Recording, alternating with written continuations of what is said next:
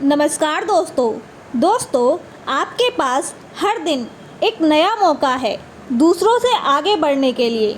स्वामी विवेकानंद द्वारा बताई गई एक कहानी का नाम है नई सुबह की ओर। कोलकाता की एक संकरी गली में बने एक छोटे से घर में दीपक नाम का एक युवक बैठा था। घड़ी रात के 2 बजा रही थी और हल्की बारिश हो रही थी। दीपक खिड़की के पास बैठा बाहर गिरती बारिश को देख रहा था।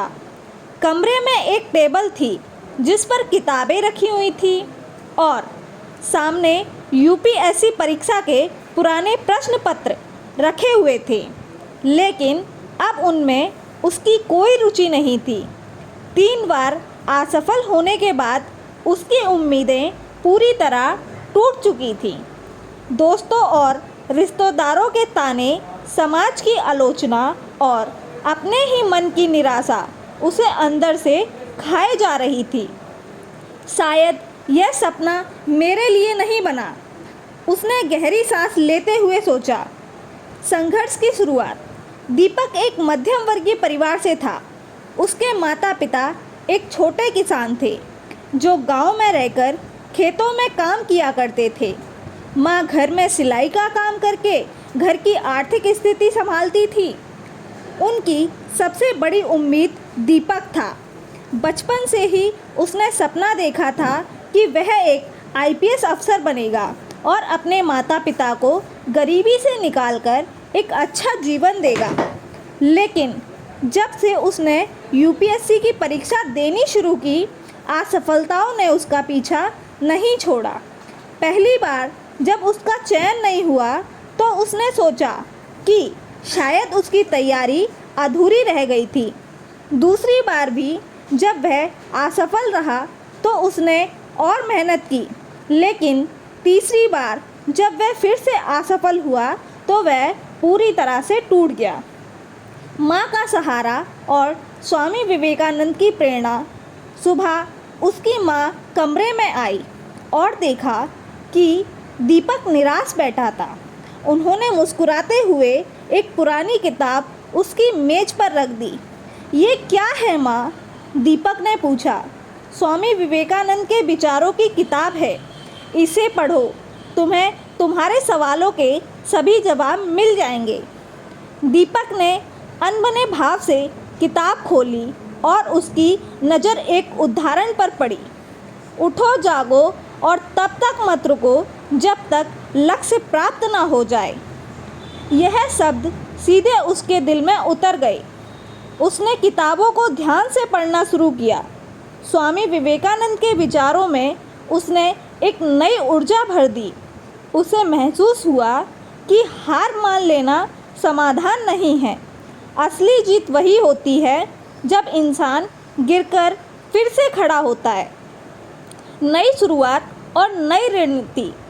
जब इस बार दीपक ने अपने आप से वादा किया कि वह हार नहीं मानेगा, उसने अपनी गलतियों को पहचाना। पिछली बार वह किताबों में ही उलझा रहा था, लेकिन इस बार उसने सोचा कि चीज़ों को गहराइयों से समझने का फैसला किया। समय का प्रबंधन करते हुए उसने एक सख्त दिनचर्या बनाई। सुबह 5 बजे उठकर पढ़ाई करना शुरू किया। दोपहर में छोटे ब्रेक लेता और रात में पूरे दिन का विश्लेषण करता। करंट अफेयर्स और आंसर राइटिंग। उसने रोज़ अखबार पढ़ना शुरू किया और खुद से सवाल पूछकर उत्तर लिखने की आदत डाली। नकारात्मकता से दूरी बनाई। इस बार उसने खुद को उन लोगों से दूर किया जो उसे बार बार असफलता की याद दिलाते थे। मानसिक मजबूती। जब वह निराश होता, वह स्वामी विवेकानंद के विचारों को पढ़ता और खुद को याद दिलाता कि मेहनत कभी भी बेकार नहीं जाती। धीरे धीरे उसकी तैयारी मजबूत होती गई। इस बार उसने आत्मविश्वास के साथ परीक्षा दी। सफलता की ओर। जब यूपीएससी का रिजल्ट आया तो दीपक की धड़कनें तेज हो गईं। उसने कंप्यूटर स्क्रीन पर अपना रोल नंबर खोजा और अगले ही पल उसकी आंखों में आंसू आ गए। माँ, मेरा सिलेक्शन हो गया, उसने खुशी से चिल्लाया। माँ की आंखों में आंसू थे, लेकिन ये खुशी के आंसू थे। पिता ने गर्व से उसे गले लगाया। पूरा गांव उसे बधाई देने उमड़ पड़ा। जो लोग कल तक उसकी असफलताओं पर हंसते थे, वही आज उसकी सफलता के गीत गा रहे थे। तो दोस्तों, इस कहानी से हमें यह प्रेरणा मिलती है कि दीपक की कहानी हमें यह सिखाती है कि असफलता अंतिम सत्य नहीं होती। अगर हम खुद पर विश्वास रखें और लगातार प्रयास करें तो कोई भी लक्ष्य असंभव नहीं है। हर दिन एक नया मौका होता है, बस हमें उसे पहचानकर मेहनत करनी होती है।